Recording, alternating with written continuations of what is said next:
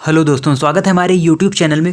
और आज की क्लास में हम लोग पढ़ने वाले हैं जीके के इम्पोर्टेंट क्वेश्चंस के बारे में। और जैसा कि इसकी एक क्लास ऑलरेडी हो चुकी है, जिसे आप हमारे चैनल की प्लेलिस्ट में जाकर वहां से देख सकते हैं। और आज की क्लास यानी सेकंड क्लास होगी, जिसमें हम CGL 2019-20 के एग्ज़ाम में पूछे गए जो भी जीके के इम्पोर्टेंट क्वेश्चंस हैं उनके बारे में डिस्कस करने वाले हैं।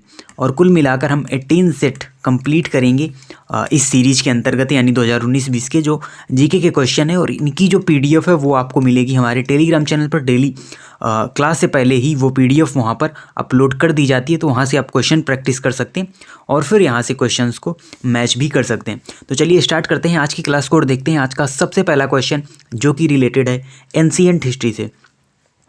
तो देखिए, आपसे पूछा गया है निम्न में से किस नदी को वैदिक काल में पुरुषनी के नाम से जाना जाता था। तो देखिए, वैदिक काल में जो नदियां थी उनके नाम अलग अलग हुआ करते थे। फिर वर्तमान में मॉडर्न समय में हम देख रहे हैं कि उनके जो नाम हैं वो वहाँ पर बदल गए हैं। तो यहाँ पर वैदिक काल की बात की जा रही है। तो वैदिक काल में पुरुषनी नदी के नाम से, यानी पुरुषनी के नाम से किसे जाना जाता था, तो वो नदी थी हमारी रावी नदी।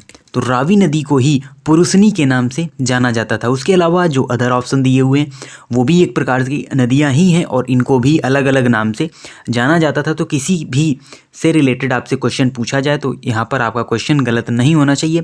तो देखिए, जो चिनाब हमारी रिवर है, चिनाब रिवर को कहा जाता था अस्किनी। तो वैदिक काल में इसका नाम हुआ करता था अस्किनी। उसके अलावा जो सतलज रिवर है, इसका नाम हुआ करता था सतुद्री। तो सतुद्री कहा जाता था वैदिक काल में सतलज को, और व्यास को कहा जाता था विपाशा। और रावी का पुरुषनी। उसके अलावा झेलम रिवर है जो कि जम्मू कश्मीर के अंतर्गत, उसे कहा जाता था वितस्ता रिवर। तो ये कुछ नदियों के नाम हैं जिन्हें वैदिक काल में अलग अलग नाम से जाना जाता था। तो किसी से भी क्वेश्चन रिलेटेड पूछा जाए, आपको यहाँ पर सही आंसर टिक करना होगा। फिर अगला क्वेश्चन है जियोग्राफी से रिलेटेड। ये एक प्रकार से आपको तो लग रहा होगा कि आपसे फुल फॉर्म पूछी गई है, बट ये एक जियोग्राफी का कॉन्सेप्ट भी है जिसके बारे में हम देखेंगे। तो ITCZ में सी का क्या अर्थ है, कांस्टेंट, कन्वेक्शन या सर्कुलेशन या कन्वर्जेंस। तो सबसे पहले हमको जानना जरूरी है ITCZ आखिर है क्या, इसका जो फुल फॉर्म है वो क्या होता है। तो इसका जो फुल फॉर्म होता है वो होता है इंटर ट्रॉपिकल कन्वर्जेंस जोन। तो ये फुल फॉर्म होता है ITCZ का, इंटर ट्रॉपिकल कन्वर्जेंस जोन, यानी यहाँ पर सही आंसर होगा डी नंबर, कन्वर्जेंस। यहाँ पर सी का मतलब है ITCZ के अंतर्गत। और ये जो ITCZ है ये एक प्रकार का जोन है जो मकर रेखा के आसपास आपको देखने को मिलेगा, यानी भूमध्य रेखा के आसपास आप पृथ्वी को ये कवर करता है। मकर नहीं, भूमध्य रेखा होगी ये जो बीच में, जिसे विषुवतीय रेखा भी कहा जाता है। तो भूमध्य रेखा के पास पृथ्वी को कवर करता है, ये एक प्रकार का जोन है। क्लाइमेटोलॉजी से रिलेटेड ये कॉन्सेप्ट है, जिसमें ये इसका जो मेन काम होता है वो प्रोवाइड टू ट्रैक, यानी प्रोवाइड ट्रैक। ये ट्रैक प्रोवाइड करता है किसे, मानसून को। जो मानसून है उसे ये एक प्रकार का ट्रैक प्रोवाइड करता है। और फिगर के माध्यम से भी हम इसे देख लेते हैं। तो ये आप देख सकते हैं, ये है आपका भूमध्य रेखा वाला क्षेत्र, और इसी जगह का जो जोन होता है उसे हम ITCZ के नाम से जानते हैं। और इस प्रकार से यहाँ पर लो प्रेशर क्रिएट होता है, और ऊपर हाई प्रेशर है, नीचे भी हाई प्रेशर है, तो यहाँ पर लो प्रेशर क्रिएट होता है। और इस जोन को हम ITCZ के नाम से जानते हैं। जो हमारी पवने हैं उनसे रिलेटेड ये जोन होता है, क्लाइमेटोलॉजी का ही कॉन्सेप्ट है। और मानसून को ये एक प्रकार का ट्रैक प्रोवाइड करता है। तो यहाँ पर हमारा सही आंसर होगा कन्वर्जेंस। ये आपको यहाँ पर याद रखना है। बढ़ते हैं अगले क्वेश्चन की ओर। और अगला क्वेश्चन है कांस्टेंटन तांबे और किसकी एक मिश्र धातु है। तो कांस्टेंटन एक प्रकार की धातु है, तो आपको बताना है इसमें तांबा और उसके साथ ही साथ क्या होता है, लोहा, निकल, एल्यूमिनियम या टिन। तो यहाँ पर सही आंसर होगा निकल। जो कांस्टेंटन धातु है ये तांबा और निकल की एक मिश्र धातु है। और इसमें जो कॉपर होता है वो होता है आपका 55% और निकल होता है 45%। और दोनों से मिलकर ये मिश्र धातु बनती है कांस्टेंटन, जो कि होती है एक गुड टेम्परेचर सेंसिटिविटी रखती है।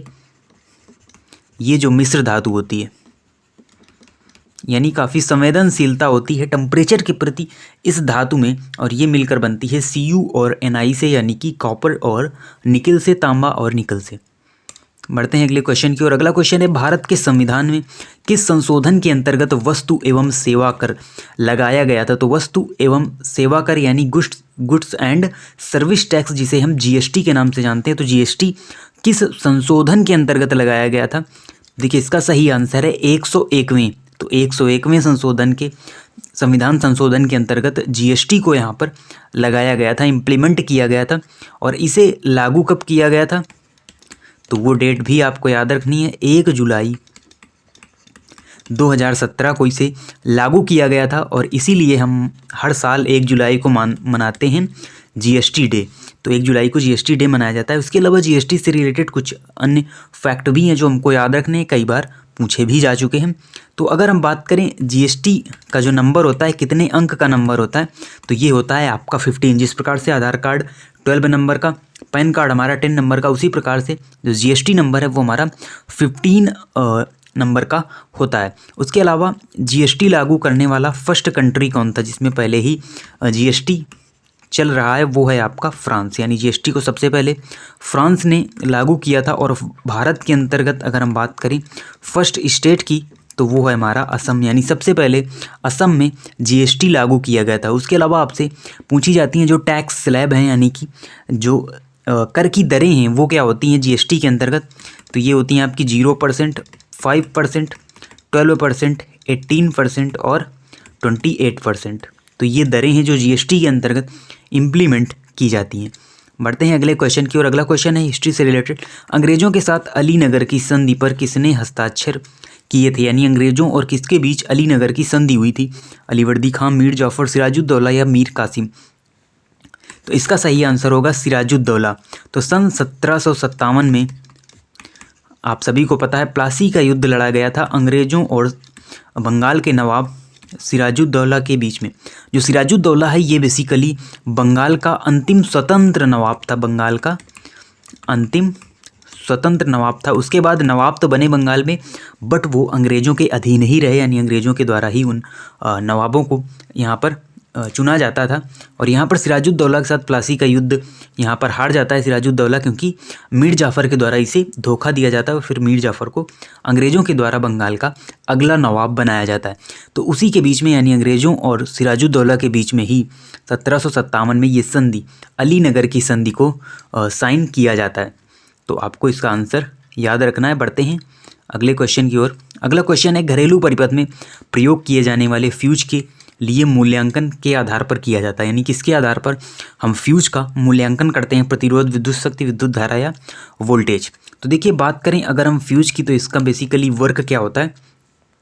इसका वर्क होता है जो करंट का ओवरलोड है उसको यहाँ पर, यानी उस करंट के ओवरलोड से जो भी उपकरण हैं उनको बचाना, क्योंकि फ्यूज एक कम गलनांक का वायर होता है जिसका यूज हम करते हैं परिपथ में, इसलिए कि जैसे कभी भी जो करंट है यानी हमारी धारा है अगर हाई होती है परिपथ में, तो ये बीच से उस कनेक्शन को कट कर देता है, जिससे कि जो हमारे उपकरण उससे जुड़े हुए हैं वो यहाँ पर उनको नुकसान नहीं पहुँच पाता। तो ये बेसिकली काम होता है फ्यूज का। तो यहाँ पर सही आंसर होगा विद्युत धारा, यानी करंट के आधार पर ही इसका मूल्यांकन किया जाता है, क्योंकि ओवर करंट संरक्षण ही तो प्रदान करता है हमारा फ्यूज। तो यहाँ पर सही आंसर होगा विद्युत धारा।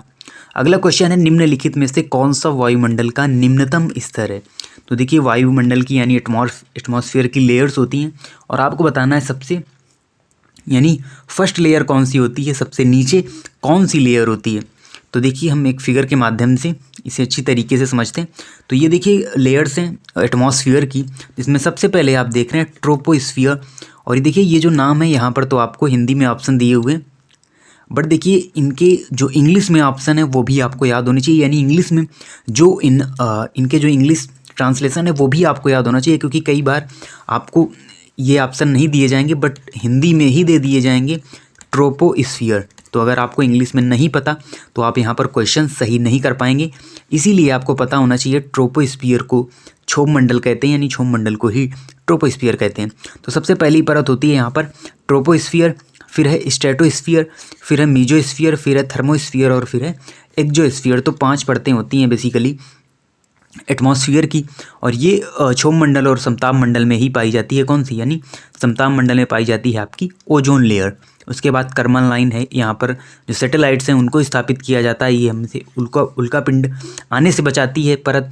और समताप मंडल में वायुयान चलते हैं, क्षौम मंडल में सभी मौसमी क्रियाएँ होती हैं।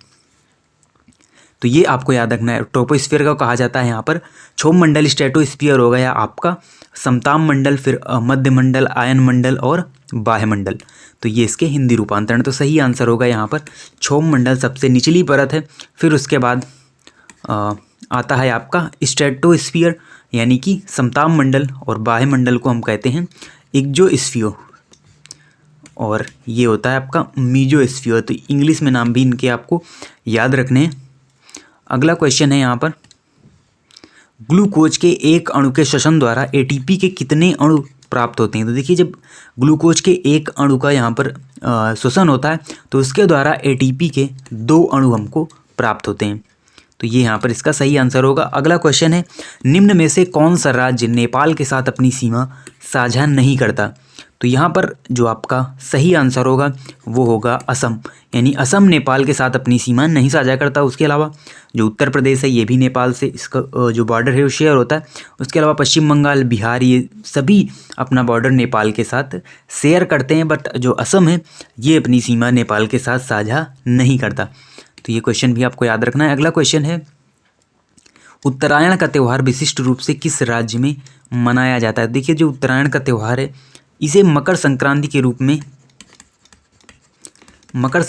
रूप में मनाया जाता है बेसिकली उत्तर भारत में।